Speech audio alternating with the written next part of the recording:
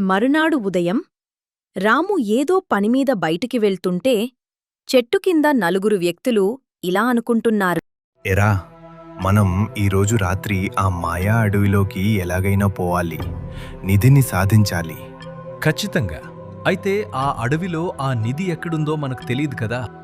అక్కడికి పోయాక తెలుస్తుందిలేరా. అని వారు మాట్లాడుకున్నది విన్న రాము మనసులో, మంచి అవకాశం. వీరి ద్వారా ఎలాగైనా ఈ రహస్యాన్ని ఛేదించాలి అనుకొని అక్కడ్నుండి వెళ్ళిపోతాడు. నలుగురు వ్యక్తులు మాయా అడవిలోకి ప్రవేశిస్తారు. నడుచుకుంటూ ముందుకు సాగుతున్నారు. ఈ అడవి ఏంట్రా ఇంత భయంకరంగా ఉంది?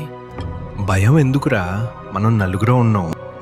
కావచ్చు, కానీ ఆ మాయాశక్తులు మనుషుల్ని మాయం చేస్తాయని విన్నాం కదరా, అదే భయంగా ఉంది. వాళ్ళు మాట్లాడుకుంటున్నది వింటూ మెల్లగా వారి వెనకాలే పోతున్నాడు రాము. ఆ నలుగురు ఒక పెద్ద చెట్టు దగ్గరికి చేరుకున్నారు. ఆ చెట్టు దగ్గర మనుషుల అస్థిపంజారాలు చెల్లాచెదురుగా పడి ఉన్నాయి. అది చూసిన ఆ నలుగురు భయంతో ఒక్క దగ్గరికి వచ్చారు. ఒరే, మన పని అయిపోయిందిరా.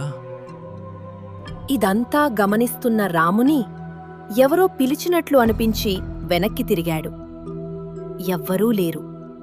తిరిగి చూస్తే దట్టమైన పొగ ఆ నలుగురిని కమ్మింది. రాము దగ్గరికి పోయి చూశాడు. కాని అప్పటికే ఆ నలుగురు మాయమయ్యారు. చుట్టూ పక్కల మొత్తం వెతికినా వారు కనిపించలేదు.